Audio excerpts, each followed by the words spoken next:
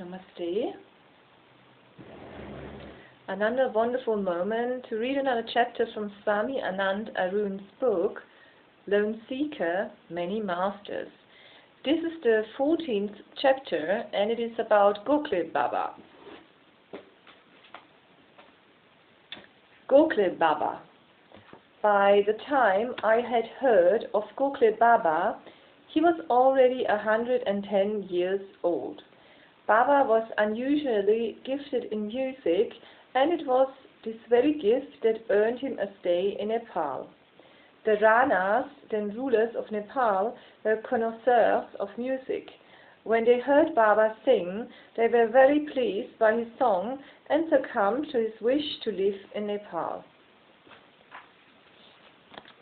There is no picture of Gokhle Baba. A mysterious yogi had made his home in Hetauda, a city in central Nepal. By the time I heard of him from a friend of mine, he was already 110 years old. Back then, I was supervising the construction of the Hetauda leather factory as a designer and resident engineer in the Hetauda industrial state, and I visited the city frequently. I had heard that the yogi lived in a tiny hut in a hill above Rapti river. He was said to have met many enlightened masters, such as Ramakrishna, Vivekananda, Shivapuri Baba, and Raman Maharshi. Every time I heard about this yogi, I felt an unexplainable pull. The feeling, of course, was inexplicable, and the only way to solve this mystery was by meeting him. So, one fine day, I set out on my motorbike from my quarter at the industrial estate to meet him. When I came close to the bridge, which was at the base of the hill where the yogi resided, I stopped my bike and looked at the pristine Rapti river. The wind blew gently over the river, drawing forth a number of shivering ripples on its surface. I was in my late 30s, and my romance with rivers had remained intact since my childhood. Refreshed by the sight of the crystal blue Himalayan river, I parked my bike nearby the bridge and started climbing uphill. Our first meeting is still vividly etched in my memory. After a short uphill climb, I found Gokhle Baba in a tiny hut. He wasn't wearing akkar as is customary with sannyasins. Later he told me that since he didn't have a guru and wasn't initiated formally into sannyas, he wore white-colored clothes instead. That day he was wearing a white dhoti and ganji and a chanau. This is a ceremonial Hindu thread across his shoulder. He looked old but robust. There were two simple huts facing each other. Both didn't have any door or window. The yogi only possessed one clay pot to fetch water, a few cooking utensils, a few glasses, two beds, one umbrella and 3 or 4 dhotis, and a few pictures of Indian deities. On a tree nearby was a statue of Dattatreya, a Hindu deity considered to be an avatar of the 3 Hindu gods, Brahma, Vishnu and Shiva, collectively known as Trimurti.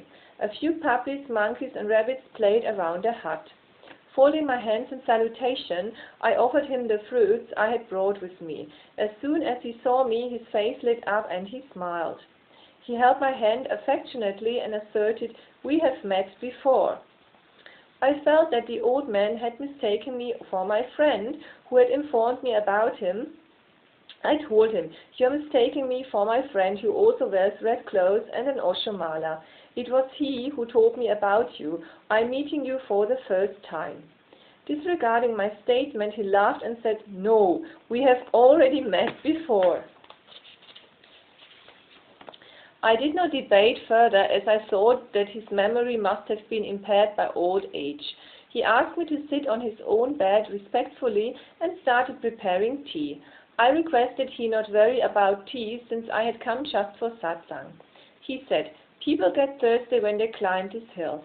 The water of the stream here is not clear. It becomes fit to drink only once it is boiled and sieved. This is why I serve black tea to all those who come here."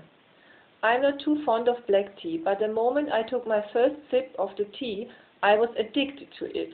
We spent the entire day in spiritual discussion. His presence was very soothing and refreshing. I was so immersed in the discussion that when Baba pointed out to the sky and reminded me of the impending dusk, it was as though I was shaking out of a dream. It's difficult to climb down the hill when it gets dark, so you better leave now, he said. The soft cotton candy-like clouds had scattered over the sky and were fringed with the frail pink light. Unwillingly, I made up my mind to walk down the hill. Before I left, I made an offering of 10 rupees to him. He accepted it with love.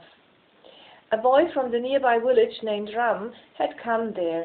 Baba told Ram to walk me till the road below the hill, and handing over the 10 rupees note to him, said, "You said you needed an umbrella, buy it with this money." While climbing down, I inquired about Baba with Ram. He said, "Baba doesn't accept money from anyone. I don't understand how he accepted it from you." Along with Ram, Baba was supporting a few kids from the village. He gave them the money for stationery, and in return, they sometimes helped him with household chores. I returned to my quarter at Hetoda renewed and refreshed. I couldn't wait to go and meet him again. Under the slightest pretext, I would set out for Baba's hut on the hill. Although he did not prefer to discuss about his past, I gradually connected the dots and figured out a few things about his life. He was from an educated Maharashtrian family, which was not only financially well off, but also shared a great love for music. He used to sing well since he was a child. As he was born in the Gokhle family of Maharashtra, India, he was known as Gokhle Baba. He was a man of silence who liked to be by himself. During the 85 years he lived in Nepal, only a handful of people came in contact with him. He left his house abruptly a few hours before his marriage.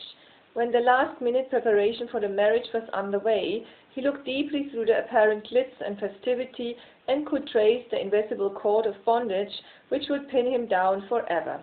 The realization hit him so strongly that he left his home that very instant and became a wandering monk. He remained celibate throughout his life. He had often told me indirectly that his suppressed sexual desires had unnecessarily delayed his enlightenment. When I met him for the first time, I had recently separated with my wife. After learning about my separation, he told me over and again not to suppress my natural instincts and to lead a natural and balanced life. During his years as a wandering monk, he visited many spiritual places around India and met many saints. It was during this period that he met Raman Maharshi at Arunachal, as well as Ramakrishna Paramhansa and Vivekananda at Dakshineshwar, Kolkata. He then came to Kathmandu, Nepal, to meet Shivapuri Baba at the Shivapuri hills and spent some days with him. At that time, Indian yogis were allowed to stay within the Kathmandu valley only for a week during Shivaratri, Shiva's birthday, after which they had to return back to India. But he loved Nepal and continued living there. Baba was unusually gifted in music, and it was this very gift that earned him a stay in Nepal. The Ramas, the then rulers of Nepal, were the connoisseurs of music. When they heard Baba sing, they were very pleased by his singing and granted him his wish to live in Nepal.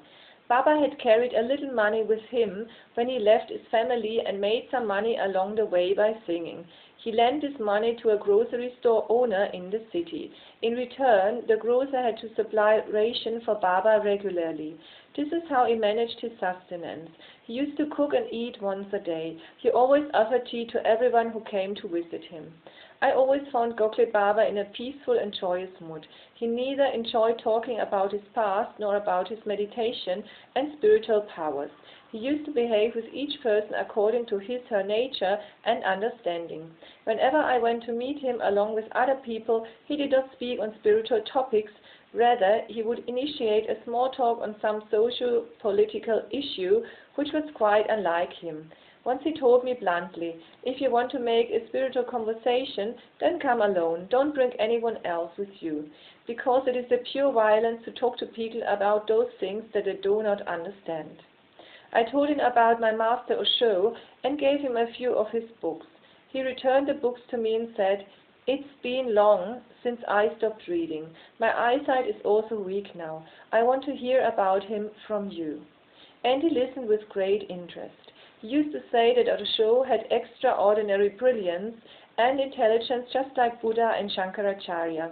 The traditionalist cannot understand Osho's liberal views on love and sex, but Gokhle Baba's understanding was astounding. He was fully supportive of Osho's fresh and rebellious teachings. He used to say that the society that tries to suppress natural human emotions will only be perverted. I still remember him saying that it is easier to get married as well as to separate in Nepal than it is in India. This is why he thought Nepal was less sexually suppressed and perverted than India. This was truer during the time I met him than it is now. Gokhle Baba was a devotee of Dattatreya and used to sit in meditation for hours every morning in front of the Dattatreya statue. His close disciples claimed that Gokhle Baba used to visit Baidyanath Dham in India every year on a particular day where he had darshan of Dattatreya in his bodily form. Because he used to be a devotee of Dattatreya, he used to have puppies, rabbits and other animals around him. To feed them was a part of his daily penance. As far as I know, he had 2 Bengali devotees. One was the head of the English department of Bihar University and the other was the SP of Bengal Police. They would come and stay with Baba whenever they could and served him. He hadn't initiated them, but they were meditating under his guidance. I remember a day when I saw the superintendent was meditating in Baba's ashram. He was meditating in front of the Dattatreya statue under the tree. I was talking with Baba. As our talks used to go on for hours, the Bengali devotee tried to draw attention by imitating sounds and expressions that are said to arise when one's Kundalini awakens. Baba understood his intentions and told me to go a little away from where we were sitting. Then he went to the Bengali superintendent and gave him a good verbal thrashing. Baba never talked about himself, but I learned a lot about him from these 2 Bengali devotees. They used to think that Baba was a fully realized enlightened master. They would always ask Baba to allow them to stay with him permanently, but Baba would send them back to their respective places as soon as their holidays ended. Once when Baba was sick, the SP came to the ashram. He said to me, "Baba is now more than 115 years old. We don't know when he will leave his body. I will not leave him now, how much ever he tells me to. He has many spiritual powers. When he leaves his body, those powers will be transferred to the one who is the closest to him. If I am not near him, then someone else will get these powers." After seeing such attraction towards cities, even among advanced seekers, I felt tremendous gratitude towards my master, who never allowed us to enter the complex and deluding world of cities. Once we were alone, I asked Baba if he was fully enlightened and if his spiritual journey had ended. "No, I still have some work left," he answered honestly. I was desperate to hear that and lamented. "If you haven't been able to free yourself completely even after 80 years of solitary reclusion, celibacy and meditation, then there isn't any hope for a worldly person like me." Gokhle Baba said, "You will not need such a long time to finish your work because you have found a master. Those who don't find a master have to go astray and suffer a lot in this path." I asked him, "You met enlightened beings such as Raman Maharshi, Ramakrishna and Shivapuri Baba, but why didn't you make them your master?"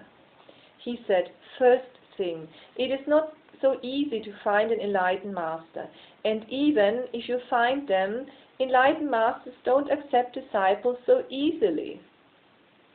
He clarified, "Raman, Ramakrishna and Shivapuri Baba did not initiate disciples when I met them. I didn't have enough good karma or punya to become a disciple of an enlightened master. I searched a lot, but I didn't have the fortune to be initiated by a master. This is why I still have some work left despite an arduous and lonely penance of 80 years. You're extremely lucky that you found a master like Osho who accepts disciples with so little conditions." When I met Osho, I related Gokhle Baba's story to him. Osho said, "He is simple and honest, but a man of great spiritual height. Meet him often and serve him as much as you can. This will help your own journey as well, and through you I will also help him. The two of you have meditated together in your previous life. There is inherent love and friendship between the two of you. That's why he gives so much time and attention and can open up easily with you. After hearing this from Osho, I understood why Gokhle Baba insisted during our first meeting that we had already met before. He was referring to our meetings in previous lives. One day when I was in the middle of casting the concrete roof of the leather factory, I felt that Gokhle Baba was calling me.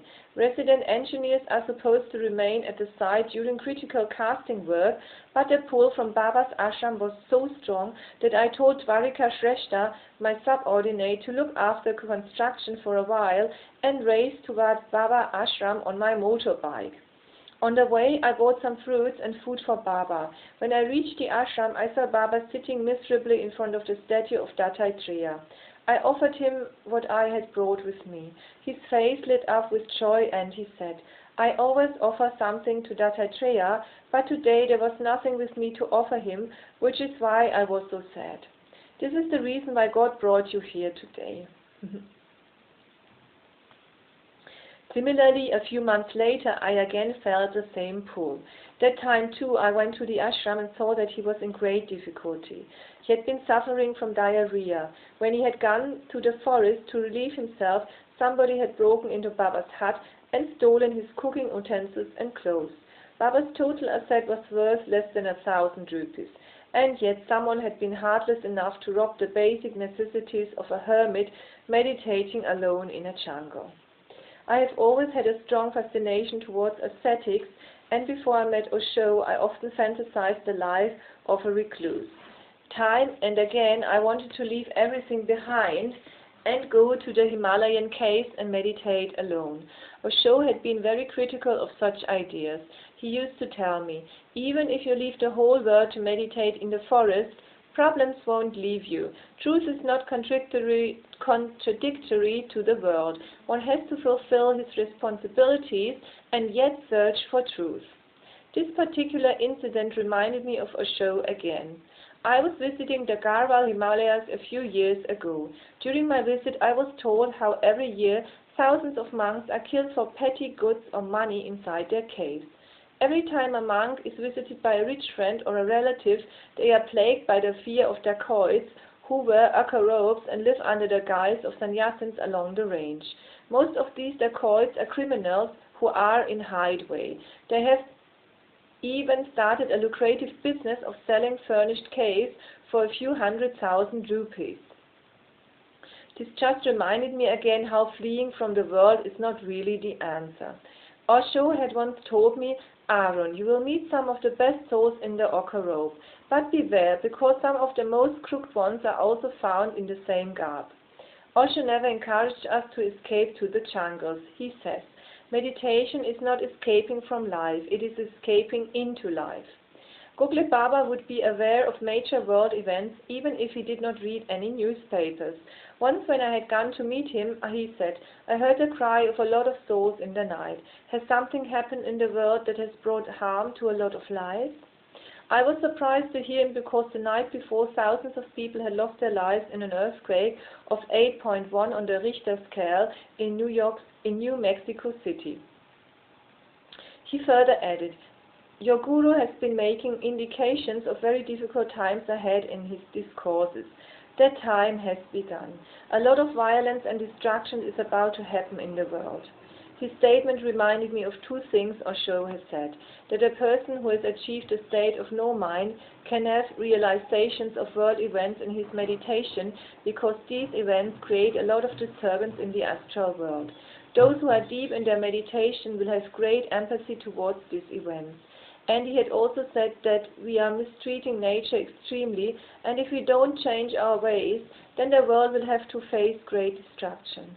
Osho spent his whole life creating this new consciousness in humans. The last time I met Gokhle Baba was a few days before his death. I had completed my Hitauda project and was back to Kathmandu so our meetings were not as frequent as before. I was going to Bigunj with a group of engineers for a project's work. On the way, I had met Baba at Hetauda. That was my last satsang with him.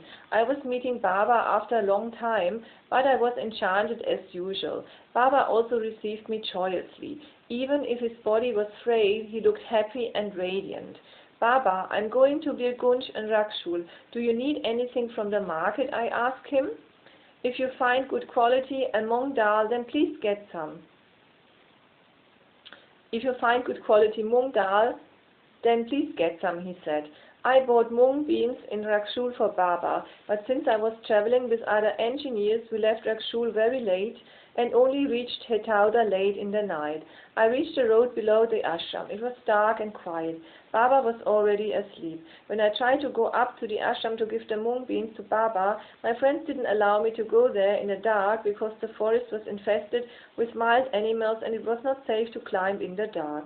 I asked them to spend the night in Hetauda and leave after meeting Baba early in the morning, but since my friends had already made plans to spend the night in Narangad, further up the highway, they did not agree to do so.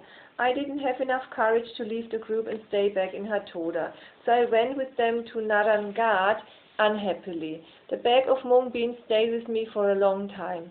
Every time I saw the bag, a sudden sadness overtook me. Soon after, I got occupied in my work and couldn't go to Hetauda for a while.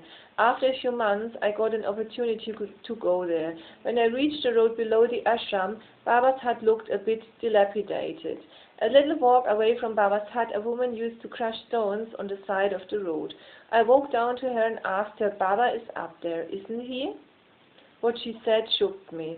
Baba died 15 days ago. Nobody lives there now. The villagers have started scavenging the ashram. I was stunned by the news. An image of his joyous and smiling countenance came in front of my eyes. I remembered the love and intimacy of Baba, and the pain of this sudden separation brought tears to my eyes. I felt extremely guilty for not visiting him and giving him that bag of mung beans. I put the bag on the road, sat beside it, and started crying. But howsoever I cried, I couldn't meet him now. I realized then that the future is always uncertain, and you should not miss the opportunity to meet, serve, and spend time with saints. Later, when I told this story to a show, he consoled me and said, "Don't worry about him at all. He has left as a fully enlightened being. Now he doesn't need to return to earth again." His words brought some solace to me. The arduous effort of this 118-year-old yogi, who spent most of his lifetime in utter solitude in the forest, did not go to waste. We don't know how many unknown meditators are making their effort alone in seclusion. My heartfelt salutations go to their effort and suffering they go through. I also express my deep gratitude towards Osho, who helped people to attain the highest spiritual consciousness without renouncing anything. Osho said, "I call a man a sannyasin who breaks out of these institutions and lives spontaneously. To be a sannyasin is the most courageous act possible." To be a sannyasin means to live without the mind, and the moment you live without mind, you live without society. The mind has created society, and society has created the mind. They are interdependent.